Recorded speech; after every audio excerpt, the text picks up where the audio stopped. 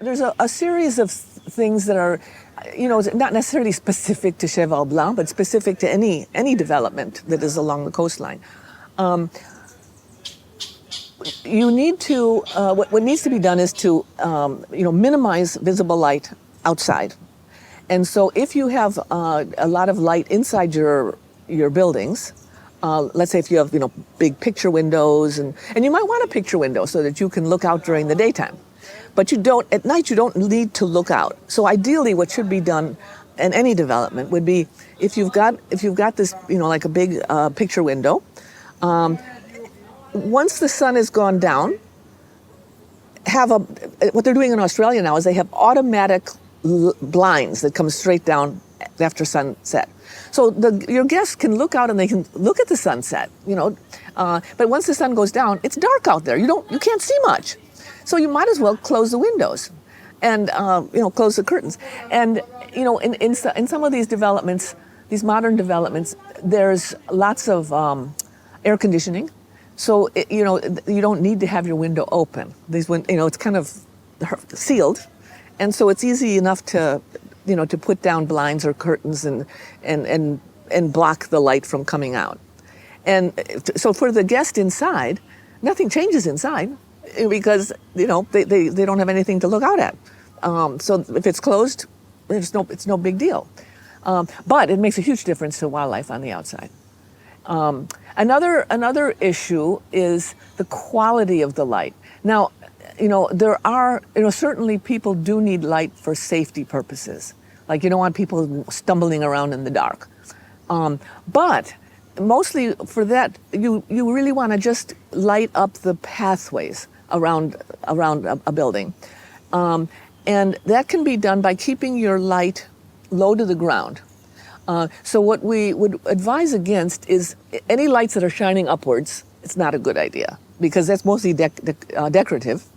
It doesn't really serve a purpose. And to be honest, I think it actually irritates a lot of people because I know myself, if I'm outside at night and there's, bright lights in my face, you lose your night sight. If you're with a friend, you can't see your friend. So you lose kind of any like romantic ambiance, Plus, with a lot of the guests that you get in these hotels these days are going to be older people whose eyes don't adapt that quickly to changes in bright to dark light. And so they've actually shown that it's helpful for older people to keep the light subdued so they can maintain their night vision. So I think that, if you look at it like that, you're not only helping the turtles, you could be helping your guests, Absolutely. And another thing too is I think we're learning more and more about the quality of light that is healthy for humans and that which is not healthy. And I don't know, maybe you've heard, that like they recommend if you're using your computer, computers, televisions, phones give off a lot of blue light. Now, blue light is the one that's the biggest problem for your turtles because blue light is very high energy, short wavelength. So this is also bad for people. They've shown that high energy, short wavelength blue light actually damages the retina of humans.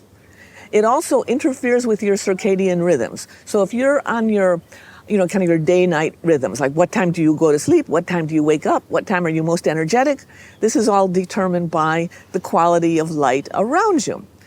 And so, a lot of health experts are recommending is wear red lights, red glasses, at night if you're using your computer. And lots of computers, I think iPhones and all the Apple stuff, will have a built-in change that will remove all the blue light from what you're looking at, and that will make it so that let's say you're working on your computer late at night, then you go to sleep and you'll actually sleep. Whereas if you've been looking at blue light, you're wide awake. And you might not be aware of the blue light. You don't see it as blue light. But what you've got is these high energy, short wavelengths that are attacking you. So we're not that different from turtles. We're all we may not see things exactly the same, but we can both be affected.